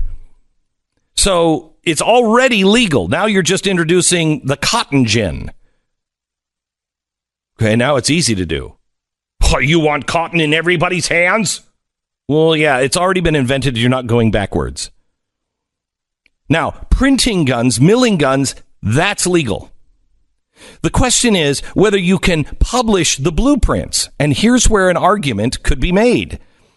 Printing and milling guns are fine. But if you are taking somebody's copywritten material, well, then now that hurts somebody. That hurts the inventor, the one who put all of their time and toil into that to invent it, and they have a copyright on it. This is what created America, was the copyright. Now, not everybody agrees with that, but I do. This is why I would be against somebody saying, well, I could just print, here's a Lego, not Lego. Well, no, you can't do that. You can't do that. You can't sell a Louis Vuitton purse. It is against the law. Do people do it? Yes. Will people print Legos instead of going to the store? Yes, they will. But then you have a whole nother set of problems. Right now, we have a copyright. So I don't care if it's a Glock or a Lego. The only argument that I can find is the copyright argument. Everything else, it doesn't hurt anybody's rights. Unless you use it to kill somebody. Plastic guns. Well, they're already banned. Should they be? That's an argument we should be having. Isn't that infringement of your rights? But publishing? This is what they're going after now. Publishing. It will be unlawful to publish these things. Tonight on television, I'm going to show you The Anarchist Cookbook. This is one of the most vile books you can ever imagine. It's gone through court case after court case after court case. It was originally printed in 1972. You can buy it right now on Amazon.com or Barnes & Noble. It teaches you how to make ricin. It teaches you how to pick locks. It tells you how to torture people. It tells you how to build bombs. Everything. Well, we can print that. Oh, you know, it's been used by Columbine. It's been used by Timothy McVeigh. Yeah. They had it. They bought it. You know who else has a copy? Me. It's not the book. Just because I have the book, I'm not making bombs. I have the book. That doesn't make me dangerous. That makes me somebody who believes in freedom of speech. It makes me, in my particular case, a collector of odd and rare books. Okay. So should it be illegal? No. It's gone through court case after court case after court case. In fact, the guy who wrote it was 19 years old. He tried to stop it after he grew up and said this was a huge mistake. But he didn't own the copyright. He didn't own the publishing rights. And so he couldn't stop it. He wrote it, but he sold the publishing rights. It's still on the market today. We'll go into that later tonight. But the guy who's brought us this conversation, and it is an important conversation because this is the beginning of the digital world, is Cody Wilson. He is the founder of Defense Distributed. Cody, how are you? Hey, Glenn. Happy to see you again. Yeah, happy to talk to you. Thanks for getting up for us. I know you're kind of like, if I answer the phone, well, I'll talk. If not. Look, man, I hit a wall pretty hard yesterday, so I was up pretty late. But yeah, I have to tell you, Cody, I was watching CNN last night, and honest to God, listening to them talk about this was like explaining hip hop to my grandparents. I mean, it was wow. Were they completely? They were just completely on another plane. Tell me how you respond to what's happening right now. Well, I mean, there's a legal response, which I'm not sure that you mean. I think maybe you just mean, how do I process the how do you freak out in the culture? Yeah. I don't know. I'm bemused because it's at the beginning of the year, they all congratulate themselves, Meryl Streep and Tom Hanks, about the Pentagon Papers and the Washington Post's bravery in publishing, right? And then tell me about net neutrality and how they fear the internet will be censored. And then little old me comes around, and they sure are glad that they can, make illegal all publishing. Does it chill you to the bone as much as it does me when you hear, the first lines of this bill where it makes it illegal and unlawful if you knowingly publish fill in the blank? No, it doesn't. I mean, one, that would just be an obviously unconstitutional law. Now, of course, it had to be somebody like me that would get prosecuted on something like that. But I'm willing to do that. But I've been fighting Chuck Schumer on this issue for years. In 2014, he tried to pass a bill in the name of security that would have made it illegal to make a gun, or any gun part on a 3D printer. So, I mean, these people are craven. And I suppose the only useful thing about what I'm doing right now is that look at what I have demonstrated. These states, these attorneys general, 21 of them, by the way, these states are telling you exactly where they are. They believe it should be illegal for you to share this information. They believe it should be illegal for you to make a gun, speak about making a gun. I mean, it's very clear where these states are going to be within 5 years' time, within 10 years' time. Get out if you live behind the blue wall, this isn't going to end. This isn't going to somehow end with Kavanaugh or something. They're going right for it. They're going for keeps. So, Cody, are you a gun nut that's like, everybody's got to have a gun?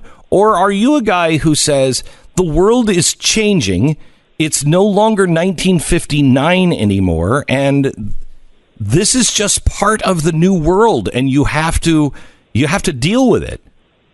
Yeah, I changed even some of the laws already. Like for 5 years, I fought a Cold War rule that the State Department had, and I won. Last week, that rule essentially changed.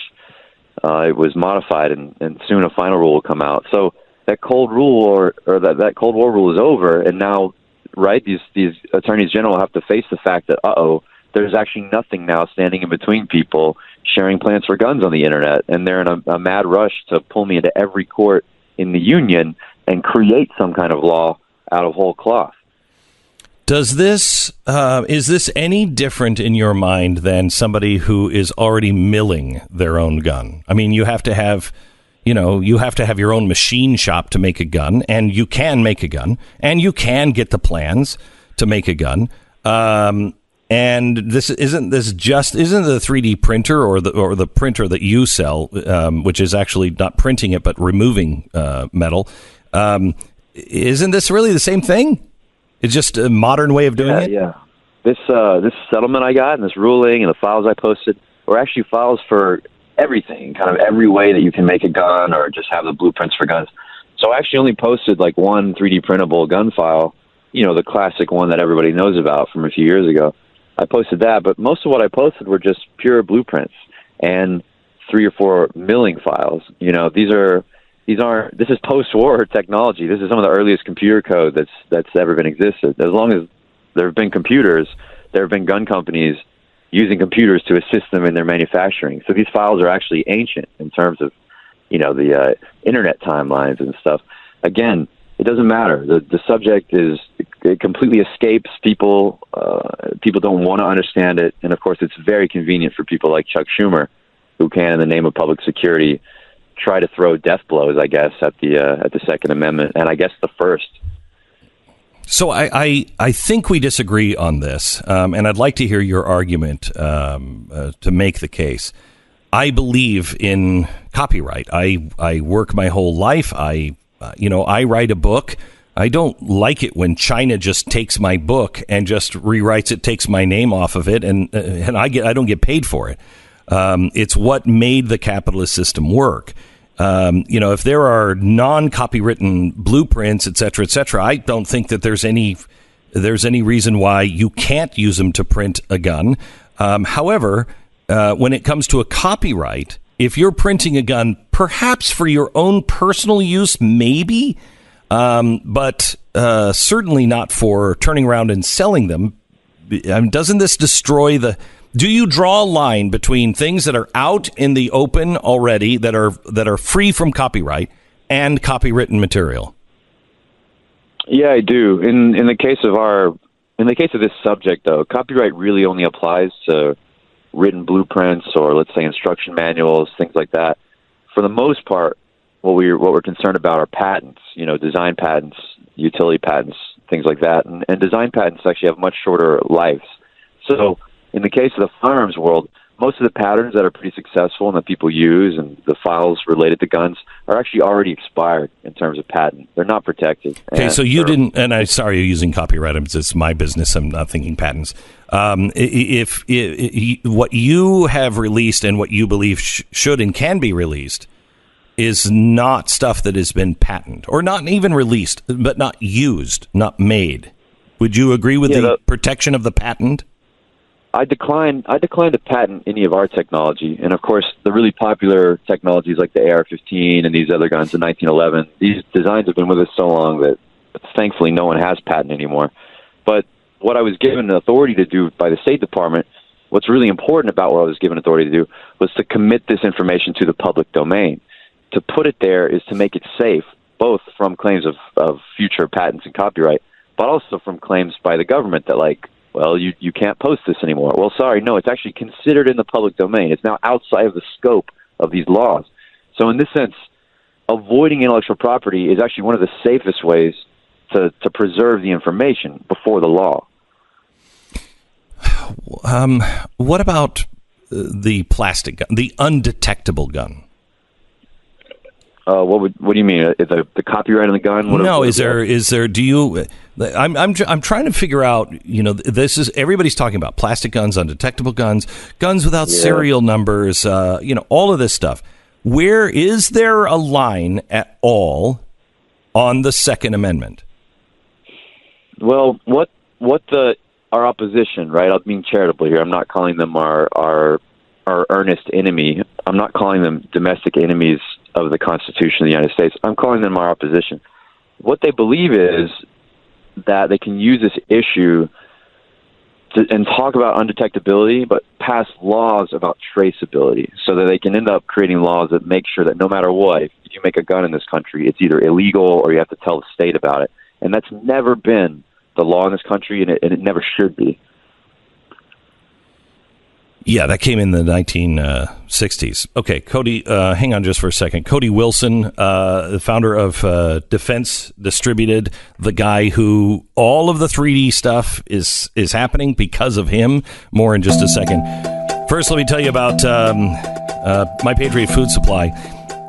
What is, if something happens, the people in California, God bless them, they had to run out of their house quickly. Now, a lot of them are living in hotel rooms. They have nothing. Imagine losing everything. You have what you have in your bank account. You now have to put your family up. How are you going to pay for just the hotel room, let alone all the food? If you have My Patriot Supply, you can grab and go. If there is a problem, you don't have to worry about food. The emergency food supply. Now, here's a special for you this week. Each person in your household should have at least a 2-week emergency food supply, and you can get it now from My Patriot Supply.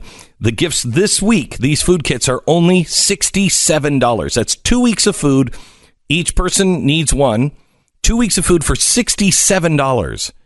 It's available this week only. PrepareWithGlenn.com. That's PrepareWithGlenn.com, or call 800-200-7163. 800-200-7163. PrepareWithGlenn.com. This is the most important conversation America can have today with Cody Wilson. Instead of speculating, instead of trying to guess what he is doing and what he believes, talk to him yourself. Cody Wilson, the founder of Defense Distributed. Cody, first of all, correction. You say I was wrong on something? Oh, I don't know if it's what you meant, but okay. There's a law from the 1960s called the Gun Control Act, and it is a law that requires a serial number to be put on a gun, but only if that gun is made by a commercial manufacturer, dealer, or distributor. Correct. So American individuals, your listeners at home, have the legal right to make a gun for themselves for their own use, and they don't have to put a serial number on it. That's what I just wanted to make sure was clear. We're on the same thing. Everybody has a right to do this themselves right now. The deal is do you have the expertise and the equipment to do it? And 3D printing, they're trying to make it sound like everybody can just run out and buy one of these printers, which you could. You could, but you could also get the milling machine and make one yourself as well. It's pretty expensive, too. I mean, they make it seem like this is the easiest thing in the world. Cody, I'm curious, one of the points that keeps being brought up against you is the idea that we should not have the right, and we don't have the right, to create a gun out of plastic that cannot be detected by metal detectors. How do you react to that? Well, there's a law in the books about this, although it's never really been serious. There's never been enforcement about it. It was passed when the Glock was brought to market, and Brady, it used to be called Handgun Control Incorporated, got this law passed. But now it's a real law, like on accident almost. I agree. I think we can pass laws at some level that conform with our security norms. But remember, there were never metal detectors in the 1700s, and we made it. Okay, we made it, guys. So, but. Can every piece of a gun be made out of plastic? The springs, the firing pins. I mean, the bullets. Doesn't that show up on? I mean, wouldn't a bullet show up? Of course. Yes. Of course. Now, this gun this is probably the most plastic a gun's ever been made out of, at least, I don't know, outside of the DOD and like the spy games sure. or the Cold War, right? I've heard rumor of, and I've had years to meet many people who told me about famous composite guns in the spy games of the Cold War. But no, you need metal to have a firing pin. You need metal in your cartridges and your ammo. Okay. Cody, thank you very much. Thanks for talking to us today, and we'll keep checking in and following your progress. Cody Wilson. So Pat Gray joins us. I'm just resisting. What am I resisting? I don't know. Collectivization of manufacture? Institutionalization of the human psyche? I'm not sure. But I do know one thing. Yeah. It's a symbol of reversibility that the gun will never be eradicated from the face of the earth. I do know that. Off the top of his head. Off the top of his head. That's how many times we played that. Yeah. He's so much more likable now than he was then. Yeah. Cody Wilson was with us. How long ago was it? 5-6 years ago? Yeah, it was 6 years ago. When we first started talking, remember how crazy it was to talk about 3D printing? Yeah. Oh, God. And first started talking about it and saying, look, this is going to play a role. We found him. We got him in. He brought in the plastic, guns and everything else. And since that time, he has become really quite important in the world. And we had him on. And did you hear his last interview with us the time before last? I was here. Yeah, for that. We filling in for Stu. I loved him because he was good. Yeah, I played that quote for him. I don't know. What am I resisting? And he said, "Look, I was 25." And I said to him, "Have you ever figured out what you were resisting?" he laughed. So he didn't take himself quite as seriously as he did back then. And he just said on the air, "Look, there are probably laws that should be written to comply with our safety norms." Okay, when we were talking about plastic guns. Yeah. So he's not a hardline on that. And also when it came to patent, it seemed like he was not a hardline on patents either, where if I'm not mistaken, the first time I spoke to him, he was like, I don't believe in patents. Well, okay. Well, if you don't believe in patents and copyrights, what am I going to? He's an anarchist. Yeah. So you wouldn't. Right. But he seemed to, didn't he? I don't want to put words in his mouth, but he seemed to be kind of okay with, he was saying that everything I'm releasing has no patent on it. Seemed to be a more, mainstream view on that. Because you're right, like anarcho-capitalists, a lot of times they'll talk about patents negatively. Yeah. But it's an interesting thing. I mean, his point, however, on the idea that there weren't metal detectors in the 1700s, I think is a key one here when you're talking about plastic guns.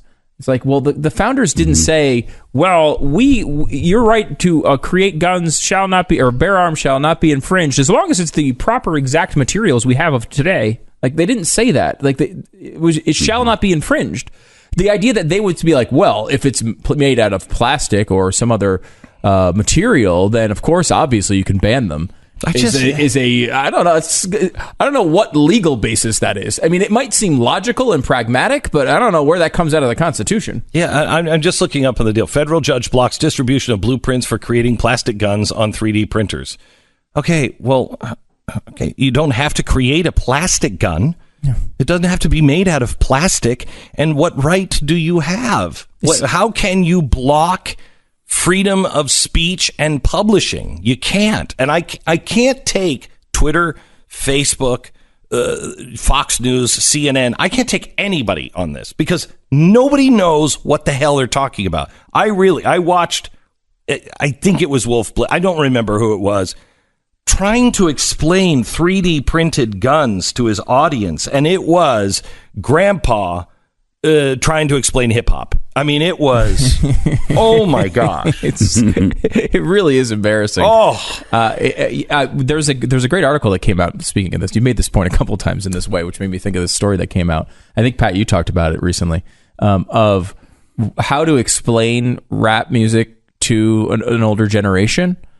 And kind of trying to make a comparison of like, because it's, to me, I'm not a big fan of rap. Yeah. And so I don't necessarily understand like what these guys' roles are in relationship to each other. Yeah. You know what I mean? Like, I haven't put a lot of thought into it. A lot of people say to me, Kanye West is a genius. I hear it all the time. Yeah. And I just, look, I mean, now I guess, a lot of people in the audience might like him because of his Trump support, but let's take that out for a second. He has not, to me, shown that he leans genius all that often. He might lean genius in the who should I marry? Yeah, kind of way. Seemed to make a very good financial decision at the very least in that. I mean, the Kardashians are marketing geniuses. They are. Yeah. Perhaps you guys haven't heard his latest song. Oh, yes. Lift Yourself Up. I haven't. Do you have the lyrics? You talk about genius.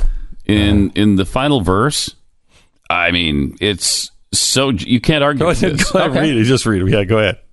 Poopy do scoop. Scoop diddy whoop. Whoop dee scoop dee poop. Mm-hmm. Poop dee scoop dee. Wow. Scoop dee whoop. Whoopity scoop. Whoop poop. Poop diddy. Whoop scoop. Poop poop. Scoop diddy whoop. Whoop diddy scoop. Stop. He's over. No, I mean, I can't believe you interrupted can't deny that. the genius of that. You can't deny it. She loves me. Yeah. Oh, I'll take that over poopity scoop Any day. I mean, wham bam lama, whatever I'll take that one over whoopity scoop. All right. Anyway, Unreal. But this is kind of interesting because there was just an article written about how. Because today's rappers, the most famous ones, like the godfathers of rap, like Jay-Z, they're getting a little long in the tooth now. And so they're getting to the point where our classic rock artists we're getting, for like me and you, Glenn. And so an article was just written comparing the dad rock bands, like the Rolling Stones would be a dad rock band because your dad liked the Rolling Stones, to dad rap bands or artists, because some of these guys have been around for 25, 30 years, like Jay-Z. So they compare Jay-Z is the dad rap, just like the Rolling Stones are dad rock. So Jay-Z is the Rolling Stones. Okay, but not yet, right? Well, I don't know. He says now, yeah. Okay. Both are legends. So if you grew up loving Jay-Z, he's now, like your Rolling Stones. And they're that old. I mean, Well, like when Jay-Z's we were in 49 the 80s, now. So like with us in the 80s. 49. He's 49. Yeah. Oh my or gosh, 90s even. He's Okay. All right. Wow. All right. Eminem is the Eagles. Marshall Mathers, like Glenn Fry, is a Detroit native who works out his petty issues with witchy women who have lion eyes by making absurdly popular stadium-filling jock jams.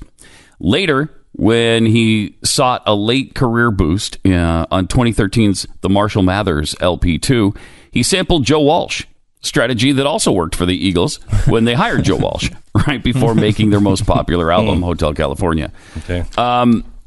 Drake would be akin to Tom Petty. Tom Petty.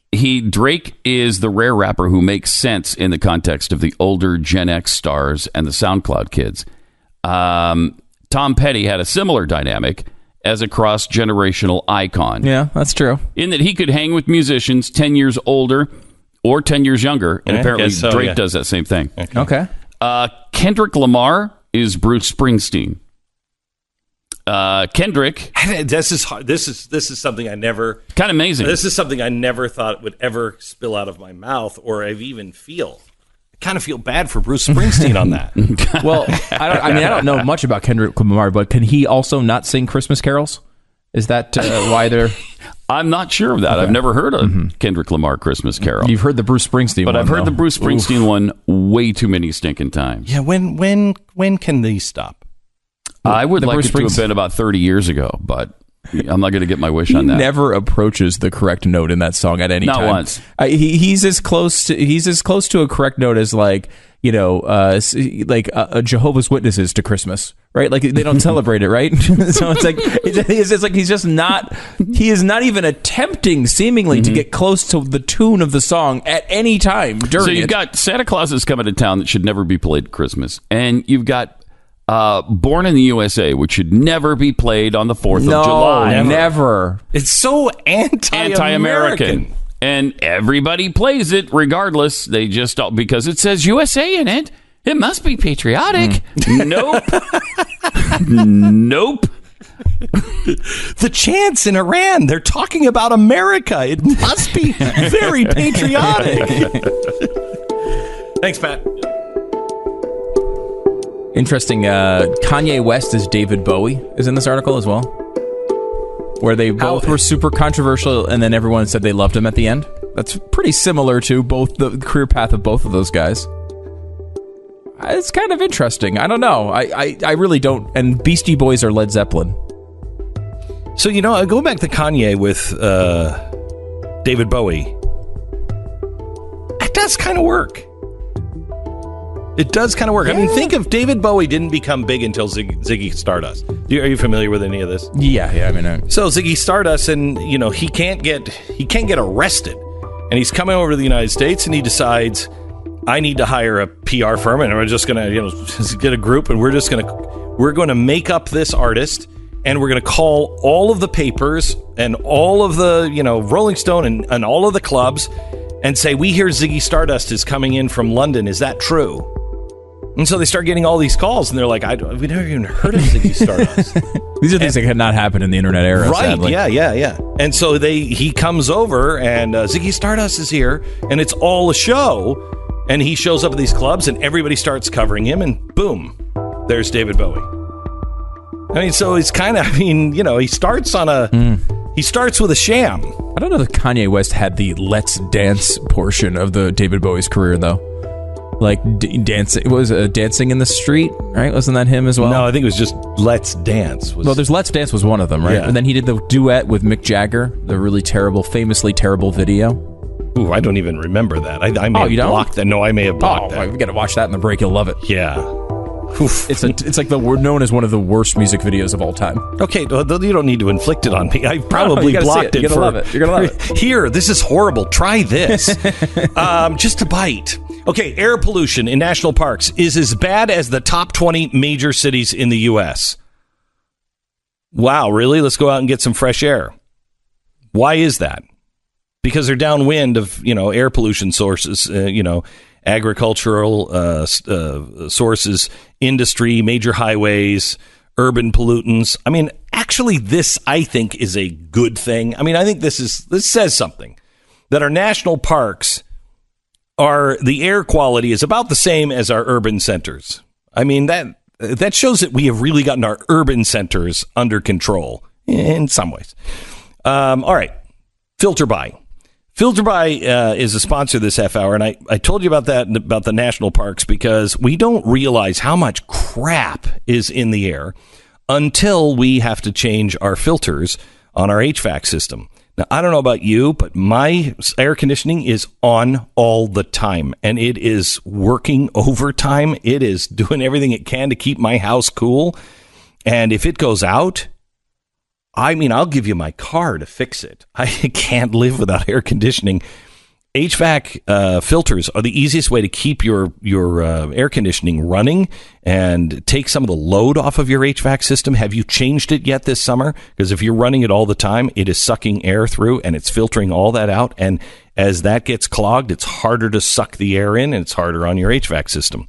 They carry over 600 sizes. They ship for free within 24 hours. It's family-owned business. All the filters are made here in America, and they have auto delivery, so you never have to think about it again. Get your filter changed, and get it now at filterbuy.com. filterbuy.com. Glenn Beck. I just got a note from a friend at DRD Tactical. If you've never seen DRD Tactical guns, they are great. I own, until I lost them at the bottom of the lake, I owned quite a few of them. But they're great guns. Anyway, so he writes in, he says, Glenn, patent diagrams online or on paper do not have any dimensions, so it's not possible to look at a patent diagram to make a firearm receiver. 2, 3D solid model files are for AR lowers and others have been online for the last 7 to 10 years. Just search and you'll get the 3D file. 3, 3D solid model file is the only way to program a CNC metal machine and use it on a 3D printer to print a receiver from plastic or metal. Also, not sure how many plastic guns can fire more than one round with chamber pressures anywhere from 10,000 to 56,000 psi. Especially the barrel and the bolt would have to be heat treated metal or it is 1 round per gun and a trip to the hospital. I have 5 patents, a 6th one applied for. If someone tries to copy us in the U.S., our patented parts, we could sue them, but overseas it's impossible to do so. U.S. military, M240, M249, M2HB, belt-fed machine guns have been knocked off by other countries being sold in the international market. These guns are older designs. Patents have run out, so anyone can make them. When my patents expire, it'll become open IP and anyone can duplicate and make money. I mean, so all you have to do now is decide, where does freedom begin and where does freedom end? The Senate is trying to pass a bill that says it will be unlawful for you to knowingly publish, fill in the blank, doesn't matter what it says after that. It's at the very least should cause you hesitation, as it did for Mike Lee in the Senate yesterday. I mean, because obviously if it's the publish and it's child porn, right? Like there's a reason to stop that. But can we just maybe we should do a show and get some people on here that can make the case. For instance, why is child porn wrong? Okay, child porn is wrong because you have children involved making videos, right? Mm-hmm. Okay. If you do CGI and there are no children involved, is it still against the law? Yeah, because this went to the Supreme Court at one point, right, a few years ago. And the question should be, yes or no. Okay, why? And where do those lines begin and end? Because everything is changing now. Absolutely everything is changing. It's why I've been saying for a while, we've got to brush up on the difference between right and wrong and know what our principles are, because everything's going to be challenged. Absolutely everything you know is going to be challenged. Join us tonight at 5 o'clock. Don't miss Glenn episode Beck, on the Blaze TV. Mercury.